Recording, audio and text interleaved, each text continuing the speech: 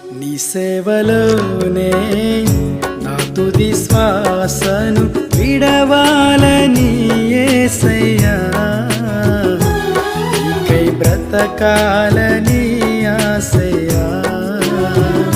నీ సేవలోనే నా తుది శ్వాసను విడవాలని యేసయ్యా, నీకై బ్రతకాలని ఆశయ్యా.